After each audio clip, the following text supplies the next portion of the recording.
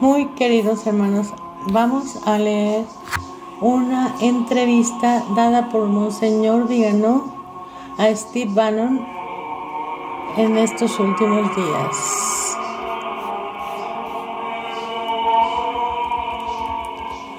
Steve Bannon pregunta: recientemente, un grupo de católicos estadounidenses pidió al presidente Trump que investigara si el gobierno de Estados Unidos estuvo involucrado en la secuencia de eventos que resultaron en la renuncia del Papa Benedicto XVI el 11 de febrero de 2013 y el posterior cónclave que eligió a Francisco el 13 de marzo de 2013.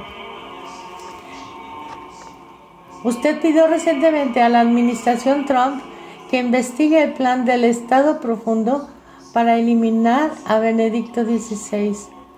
¿Usted cree que la administración Obama-Biden se inmiscuyó en la abdicación del Papa Benedicto XVI y en la elección de Jorge Bergoglio? Si es así, ¿por qué? Contesta Monseñor Viganó: si no estuviéramos hablando de la Iglesia, o para ser más preciso, del Vaticano, sino de cualquier nación soberana, las evidencias de un golpe de Estado no serían cuestionadas por nadie. Por otro lado, sabemos que el Estado profundo ha interferido varias veces en el gobierno de muchas naciones diferentes y que continúa haciéndolo a través de sus emisarios. Precisamente en los últimos días, el cardenal Burke ha denunciado el intento del presidente Macron de presionar al colegio cardenalicio para impedir la elección de un papa conservador que cuestionaría las políticas de la Unión Europea. A partir de los correos electrónicos de John Podesta publicados por Wikileaks, sabemos que el esquema adoptado en la esfera civil para fomentar las revoluciones de colores también se replicó servilmente en la esfera eclesiástica. El modus operandi es el mismo.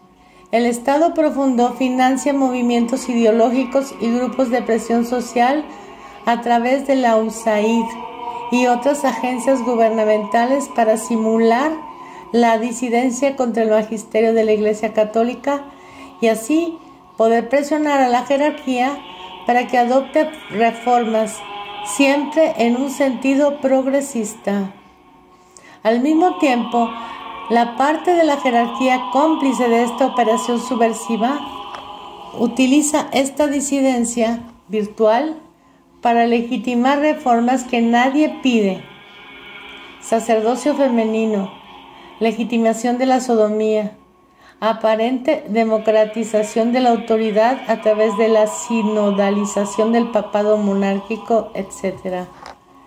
Por lo tanto, todo se basa en la falsa premisa de que existe un problema, uno que es creado artificialmente y que no es percibido en absoluto por el pueblo cristiano, que se puede remediar con la solución ofrecida, que en condiciones ordinarias ni siquiera podía tomarse en consideración. Tal interferencia en el gobierno de la Iglesia Católica llegó al punto de teorizar la necesidad de reemplazar al entonces pontífice reinante Benedicto XVI por un emisario del Estado profundo que llevaría a cabo su plan subversivo. Y eso es exactamente lo que sucedió poco después. Benedicto XVI se vio obligado a dimitir. Jorge Mario Bergoglio fue elegido en el cónclave de 2013 y este jesuita argentino cumplió efectivamente las órdenes que había recibido. También observo de paso que en el trasfondo de este perturbador panorama hay un elemento consistente. Todos los protagonistas del golpe pertenecían a la élite pedófila de Obama, McCarthy, de Hillary Clinton, de John Podesta y de los Biden. Por lo tanto, es absolutamente esencial que la nueva administración de Estados Unidos, en la que el vicepresidente J.D. Vance es un católico practicante, investigue estos aspectos y saque a la luz cómo estuvieron involucradas las administraciones anteriores.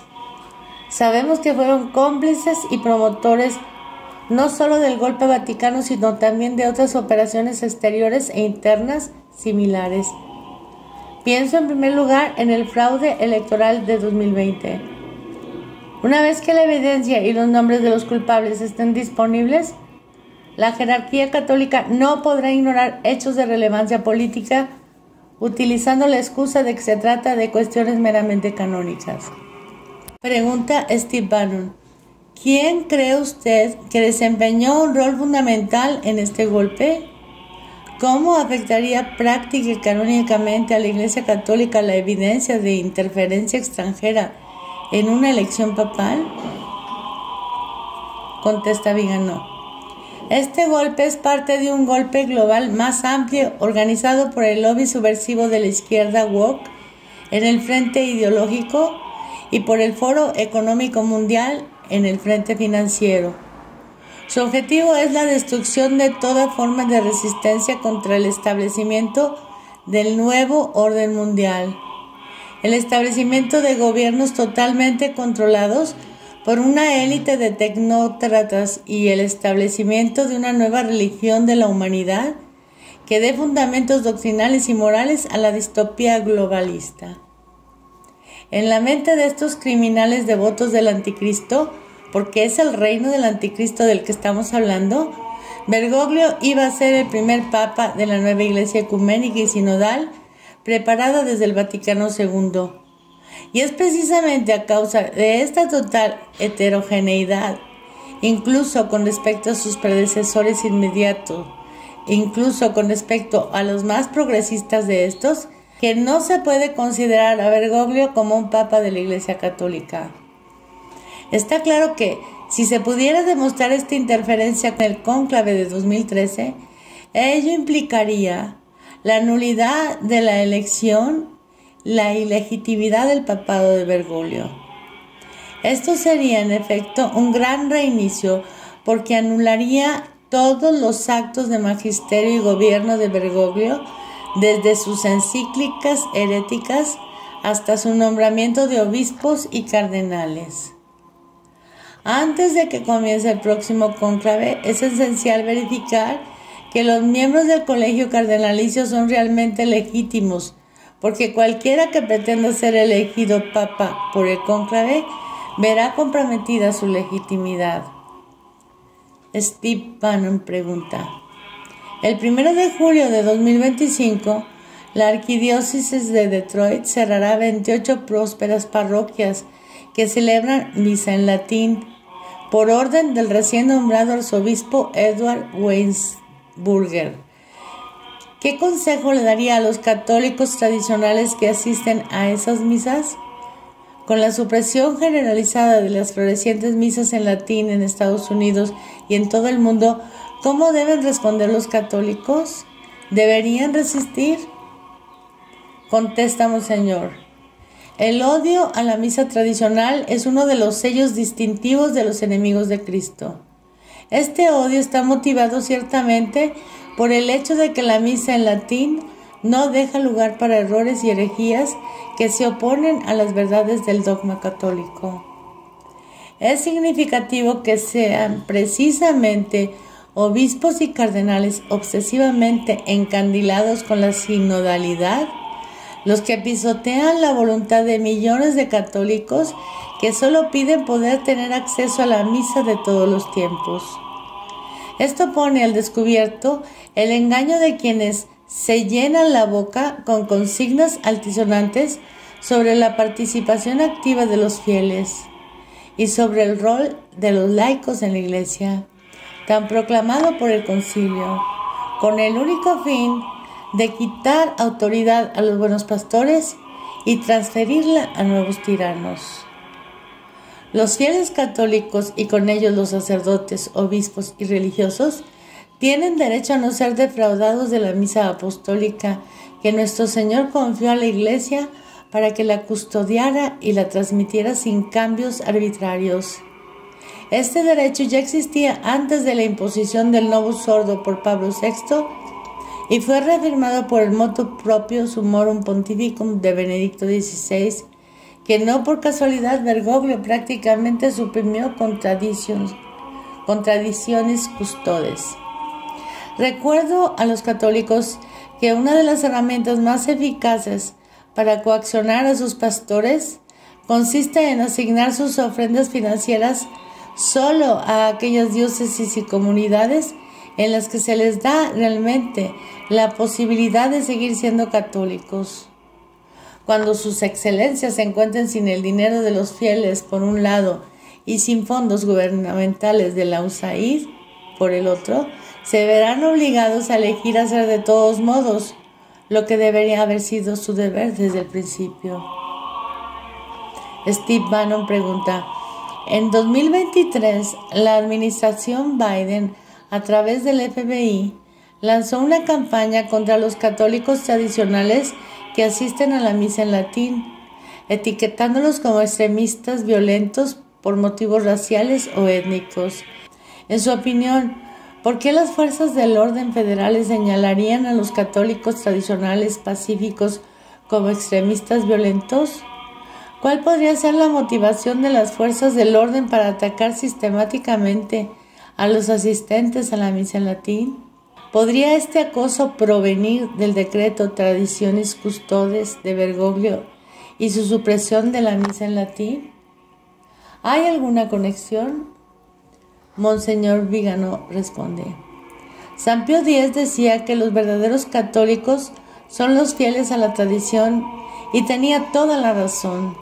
Tanto es así que también son los únicos que no son del agrado de los enemigos de la Iglesia, mientras que los que se autodenominan católicos adultos, los llamados progresistas, los católicos liberales, los católicos despiertos, son altamente apreciados. Si Bergoglio logró obtener tanta admiración de quienes detestan a la Iglesia católica y al papado, es porque la élite lo consideraba uno de los suyos, igualmente revolucionario, igualmente imbuido del filantropismo masónico, igualmente ecuménico, sincretista, inclusivo, verde y woke. Hemos alcanzado el cenit de una paradoja en la que el poder civil, usurpado por los traidores del Estado profundo, está aliado con el poder religioso usurpado por los traidores de la Iglesia profunda. Por lo tanto, no es de extrañar que el brazo secular haya acudido en ayuda de la Iglesia bergogliana, apuntando a los enemigos de Bergoglio, es decir, a los verdaderos católicos, porque también los consideraba enemigos de la sociedad woke y de la élite globalista. Ahora, sin embargo, con la elección de Donald Trump en Estados Unidos de América, la maquinaria infernal del nuevo orden mundial se ha atascado de alguna manera, poniendo en crisis un sistema de corrupción, conflictos de intereses y chantaje que parecían funcionar a la perfección.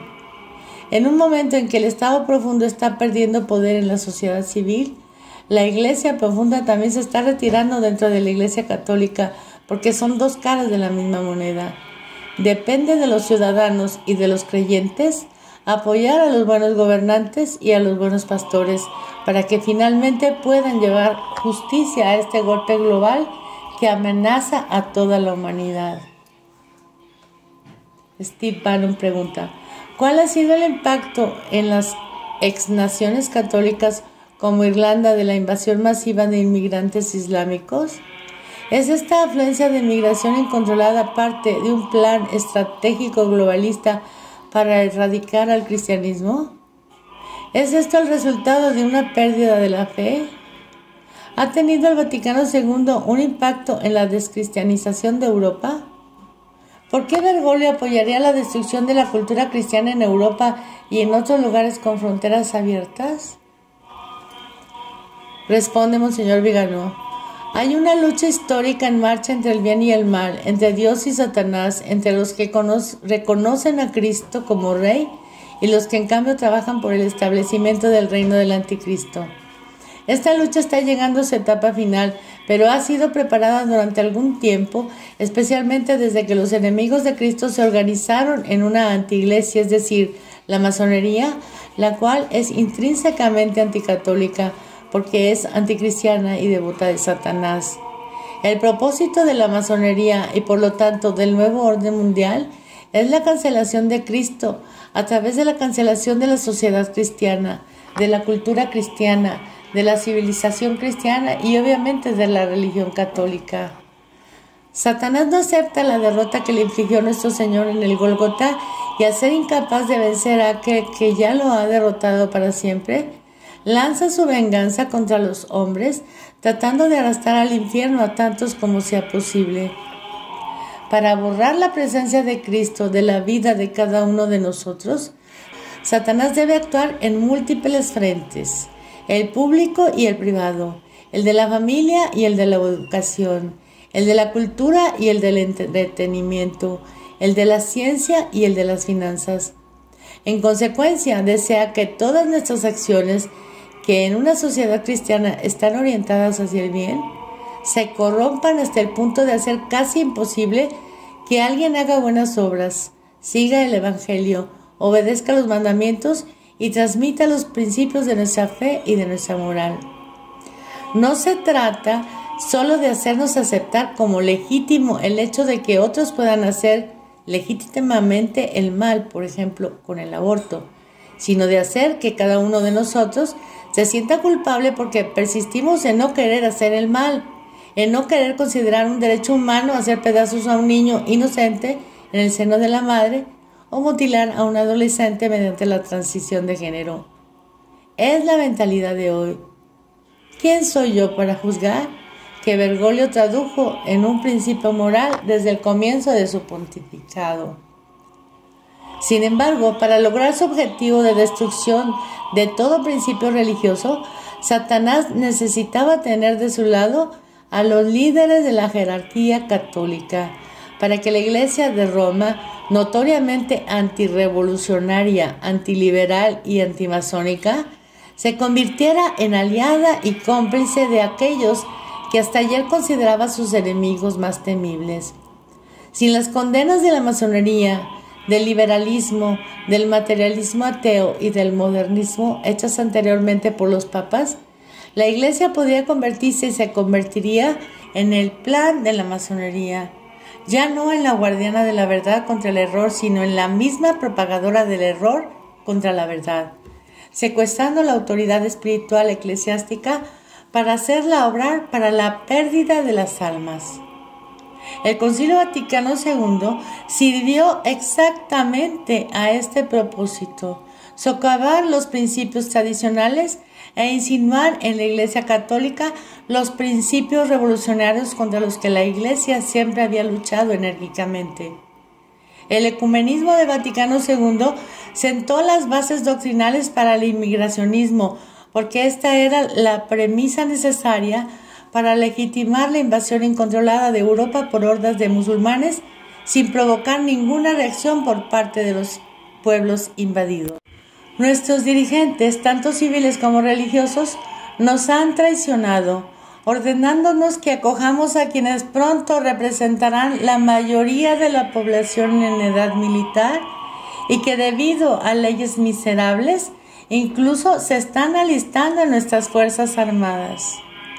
Nos enfrentamos a una sustitución étnica impuesta por la élite subversiva de la ONU y de la Unión Europea. Una islamización forzada en la que algunos gobiernos llegan a encarcelar a sus propios ciudadanos porque se quejan de la degradación y de la criminalidad importada por los nuevos bárbaros, absolviendo sistemáticamente a cualquier inmigrante, independientemente de la gravedad de sus crímenes. Está claro que en este plan de destrucción social ha sido decisiva la complicidad de la Iglesia bergogliana, y Bergoglio tendrá que responder de ello ante Dios y ante el tribunal de la historia. Pero esto no es todo. Los musulmanes que llegan a Europa creyendo que pueden someterla a la Sharia ignoran que hay un tercer protagonista, al que conocemos bien, que provocaría intencionadamente un choque étnico y religioso entre el cristianismo y el islam, porque una guerra civil y religiosa en los países occidentales legitimaría nuevas restricciones de las libertades fundamentales y permitiría la prohibición de cualquier forma de culto externo en nombre del respeto mutuo. Steve Bannon pregunta: en su larga carrera como diplomático del Vaticano, ¿alguna vez ha visto a un papa menospreciar públicamente a un líder político de la manera en que lo hizo Bergoglio cuando llamó a Trump anticristiano en medio de una campaña política? ¿Cree que esa declaración fue parte de una estrategia globalista para socavar la elección de Trump o simplemente la opinión personal de Bergoglio? Contesta Monseñor. Bergoglio demostró su total alejamiento del papado romano, no solo en los aspectos doctrinales, morales y litúrgicos, sino también en los más banales, desde la forma de vestir hasta el lenguaje que utilizaba. En el Vaticano era conocido por sus berrinches furiosos y las expresiones injuriosas a las que recurría. Cada gesto de Bergoglio estaba diseñado para causar vergüenza y escándalo, para romper el protocolo y para crear un precedente para nuevas y más graves violaciones de las normas ceremoniales. Sus comentarios aparentemente espontáneos sirvieron para eliminar la formalidad y por lo tanto la autoridad de las declaraciones del Papa y atribuirlas a él mismo, de modo que no era el Papa quien hablaba sino él. Al mismo tiempo, las enormidades y tonterías que le oímos pronunciar, no menos importantes los ataques al presidente Trump, que ni siquiera se molestó en disimular, siempre tenían la excusa de no ser una parte oficial de los documentos papales, para transmitir el mensaje sin tener que asumir toda la responsabilidad por ello. Semejante doble discurso era repugnante para cualquier católico verdadero, demostrando una vez más que Bergoglio consideraba su papado como una propiedad que se creía autorizado a usar contra el papado católico. Bergoglio nos fue impuesto como el papa de la élite, como el jefe de la antiiglesia globalista, y como tal siempre exigió obediencia y sumisión. Fue el predicador del indiferentismo religioso, del relativismo moral, de las reivindicaciones pauperistas de la iglesia masónica y del lobby LGBTQ. Cuando Bergoglio abría la boca, hablaba como ventríloco de Davos. Sus condenas no eran condenas católicas, al igual que su aval a dictadores, criminales, abortistas y pervertidos de todo tipo, no representaban una aprobación católica. Ser el blanco de las invectivas de Bergoglio es, por lo tanto, una fuente de orgullo, y los católicos estadounidenses lo entendieron muy bien, votando por Trump a pesar de la propaganda de los jesuitas y de las autodenominadas ONG católicas. Pregunta Steve Bannon. ¿Cuál es la mejor manera de manejar la actual crisis en la Iglesia Católica creada por el tumultuoso régimen de 12 años de Jorge Bergoglio? Ante el próximo cónclave papal, ¿qué medidas deberían tomar los cardenales electores para evitar que se repita el régimen de Bergoglio? ¿Le preocupa que la mafia de San Galo quiera manipular el cónclave para elegir un candidato que continúe la destrucción sinodal radical de la Iglesia Católica? Responde Monseñor. Lo que Bergoglio y sus cómplices han logrado hacer en los últimos 12 años constituye un desastre de inmensas proporciones. Aun cuando la destrucción del edificio católico comenzó mucho antes, Bergoglio ha llevado los principios del Vaticano II a sus últimas consecuencias. Su sinodalidad es la versión actualizada del principio subversivo de la colegialidad episcopal, de la Lumen Gentium del Vaticano II. Por esta razón, Bergoglio siempre se ha considerado con orgullo un fiel ejecutor del concilio, ya que también como Bergoglio, logró imponerse a través de medios pastorales, es decir, precisamente en el momento en que se declaró no dogmáticamente vinculante para los fieles católicos. El mayor daño que hizo Bergoglio fue a través de los nombramientos que llevó a cabo. Toda la curia romana y las conferencias episcopales están ahora infestadas con sus cortesanos, protegidos por la camarilla de McCarrick y de los jesuitas. Este lobby subversivo se ha quitado la máscara y esto ha abierto los ojos de muchas personas que ya no están dispuestas a ratificar las decisiones de una autoridad que no responde ni a Dios ni al cuerpo eclesial. Para resolver la crisis actual, primero es necesario investigar la interferencia que se produjo en el cónclave de 2013 para determinar si la elección de Bergoglio fue manipulada por el Estado profundo y por la mafia de San Galo. Si esto sucedió realmente, Bergoglio nunca fue elegido válidamente como papa y por lo tanto el número actual de 136 cardenales electores, un número que es superior a lo que permiten las reglas que rigen el cónclave, se reduciría a 28, es decir, solo a los cardenales creados por Juan Pablo II y Benedicto XVI. Si el cónclave pudiera redescubrir su legitimidad canónica de esta manera, le daría mayor autoridad al hombre que se elija como papa, que ya no estaría agobiado por las dudas sobre su nombramiento. Hasta que no se disipen las sombras que se ciernen sobre la legitimidad de Bergoglio, el cónclave verá comprometida su autoridad. Steve Bannon, en su opinión, ¿cuál es la mayor amenaza a que se enfrenta Estados Unidos hoy en día?